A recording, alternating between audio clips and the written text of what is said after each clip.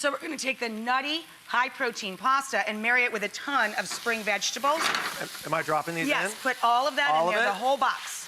That'll be many, many, many portions, but we'll cook the whole thing. Dude, what are you doing? Well, I don't know. How much harder can you make it? I wanted to put it in my hand and drop it. Oh, look.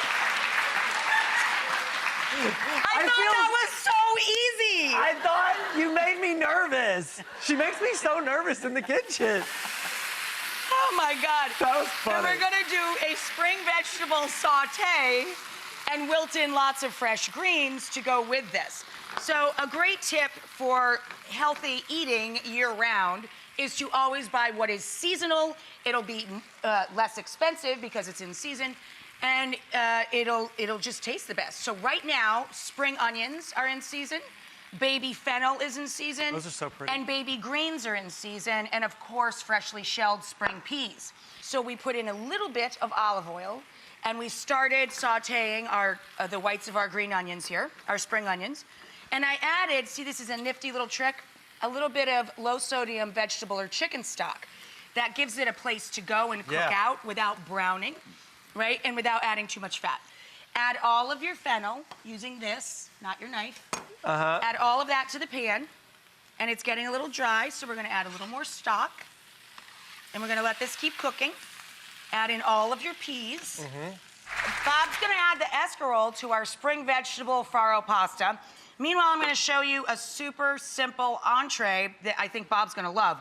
So, we took fresh thyme, the zest of a whole lemon, a handful of parsley, whole wheat panko, because Bob wants to eat a lot of whole grain in his diet. And we're gonna zap that together, and we're gonna cut the bread with toasted almonds. And then we have some Parmigiano Reggiano in our parm breadcrumbs. Am I adding all this? All of that, yes, because it wilts way down. Fit? It all wilts way down. And a little bit of black pepper. The salt, we'll get the salt that we need out of the Parmigiano.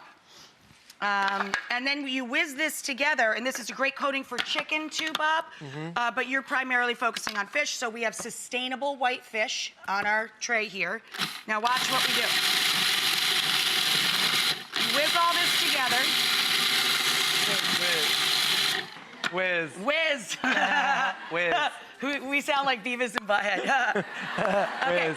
Because Bob is watching his fat content, even though olive oil is a very good fat, we're going to use just a little by adding just a light spray. How crazy is that, the fact that even the good fats I have to be aware of? Well, I think everybody wants to be aware of them, and if you can eat less fat and have full flavor, who cares, right? Yep. So, more calories for wine. So, right? So we're gonna put mustard, Dijon mustard, all over the top of this white fish. I love And that's gonna be the glue that holds on those tasty breadcrumbs. And we're gonna throw this in a 425 oven until the fish is opaque and cooked through and the breadcrumbs are super crispy and super delicious. Giant, gorgeous fish entree right here. Wow. I'm gonna let you taste test this while I finish the pasta for these guys. Taste test the fish? Yes, sir. So this is our fish with Dijon and the nutty whole wheat breadcrumbs. Look at that. We tossed the farro pasta with all of those beautiful spring vegetables and vegetable stock. And now we're marrying that with lemon juice and a little bit of Parmigiano. I know. And it's good for you. That crunch on top. Isn't that great? The nuts. Yeah. Isn't that lovely? Love a little bit of farro pasta. Oh. Good. Really good. A little bit of pasta. This is your first course.